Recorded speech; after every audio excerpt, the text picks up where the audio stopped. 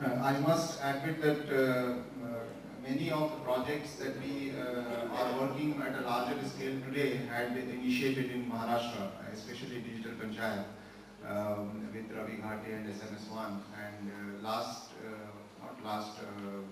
earlier this year, if you remember, I had called Mr. Banti Patil, who was the MLA, I mean still an MLA, now he is minister also. And one of the things that we were initiating with him is to make the digital panchayat all across Maharashtra. But he said, let's go first in my constituency. And as soon as he became minister, he called me. He said that I haven't forgotten that we have to do Maharashtra. So now that I am minister, there is possibility of doing the same is much better. So you can imagine how things with relationship, with working together can really go from one to many hundreds.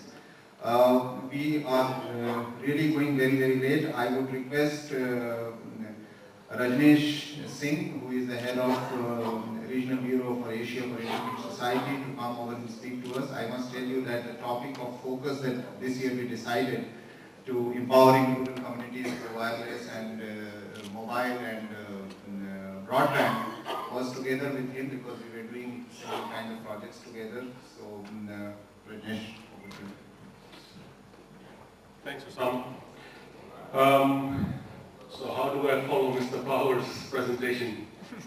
I thought I'd come and say that the internet now is over close to 2 billion users, and that's pretty big. But the sort of change that Mr. Power has effected at the grassroots level, I don't think even the 2 billion mark on the internet has sort of pales in comparison to that. So I'd just like to offer a round of applause to Mr. Power and his efforts, because I think it's really, really encouraging, as well as showing what sort of difference a bit of focus and determination can make on the ground. So we at the Internet Society have been involved with the Sound for the last couple of years, initially to events and conferences, but now we've moved on to do some projects with them. You will see the theme for this year's Manthan Awards is all about wireless and 3G and broadband. Earlier this year, we launched a project with the Digital Empowerment Foundation to set up rural connectivity in parts of India. And if you join us tomorrow afternoon, we'll actually be discussing the project and offering some best practice examples on the lessons that we've learned. So we'll invite you to that session tomorrow afternoon where we'll talk more about that. So I won't cover that now. What I would like to say is that looking at the finalists we have this year at the Manthan Awards, and I was part of the grand jury as well for the awards. And one thing that struck me was that most, if not all, of those projects have some sort of internet component to it. Whilst they may not be about the internet per se, but they do either depend on the internet or use the internet or reach their target audience through the internet. And which is really promising and encouraging for us as the Internet Society, because we are all about ensuring the open development and evolution of the internet. What we do in terms of the Internet Society is ensure that the internet continues to evolve, and we work in technology, we work in policy, we work in standards development, basically all the technical mumbo jumbo that goes on behind the scenes to make the internet what it is today.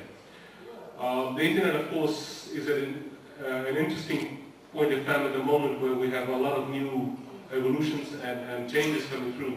Things like IPv6, which will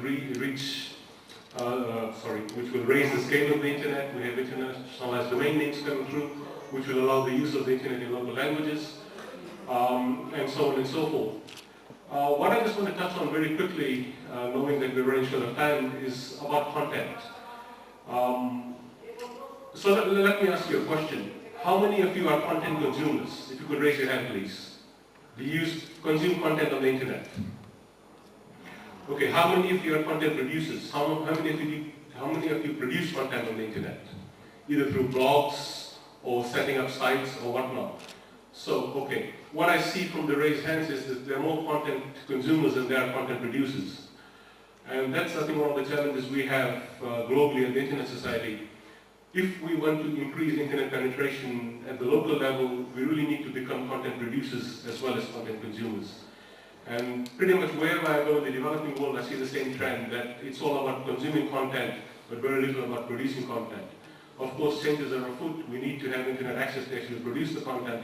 But I think as time goes on, That is going to come about surely, slowly but surely. I think it will come around.